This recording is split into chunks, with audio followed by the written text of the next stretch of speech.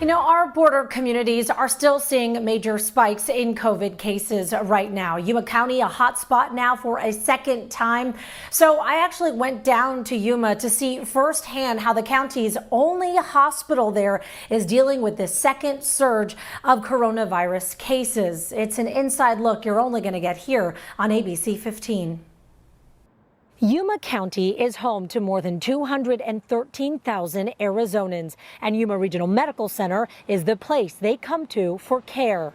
But right now, the hospital is being overwhelmed with patients. As a whole, it's been really tough to see what the patients have had to go through. Nurses Sarah Thompson and Morgan Hodges have worked in the emergency department for years.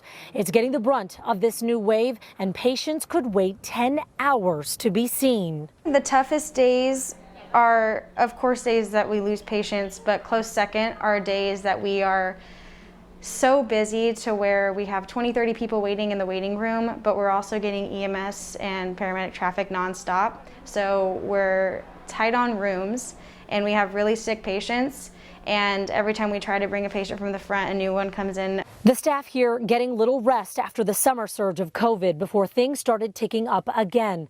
The county is experiencing the highest rate of spread across the state, along with Santa Cruz County. As of Wednesday, the percent positive of COVID test was 17.5%, compared to Maricopa County at 11.8% and Pima County at 9.4%, both places with more than 5 times the population. And it's taking its toll. It's hard because, it's hard for us here. Yeah. What's the hardest part? Having to see these patients. They're here very sick and without their families. Zamira Hernandez knows all too well, working in the hospital's packed COVID unit.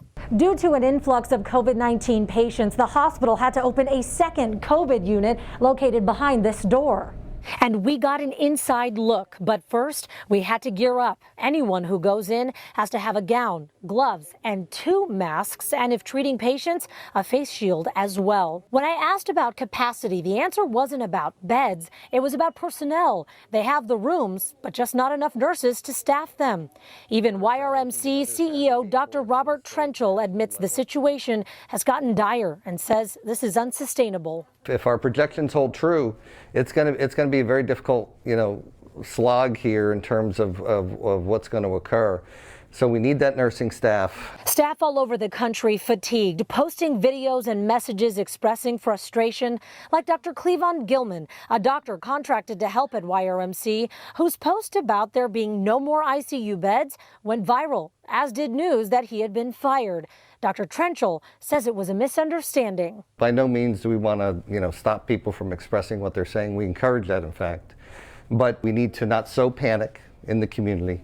We need to make sure the community knows the accurate situation that we're in right now, and that's what we do. When broken down by zip code, Yuma County had the top 2 or top 3 worst areas every day last week.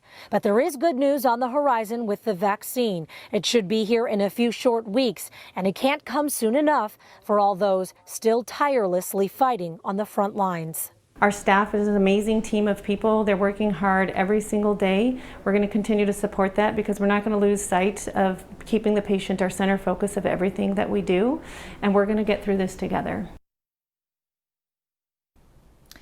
So all of the nurses I spoke to say they are worried about the upcoming Christmas and New Year's holiday. They say their one wish is for everyone to stay home and stay safe. And I want to give another thanks to those nurses that we were able to speak with and all of our frontline workers right now who've just been working so hard.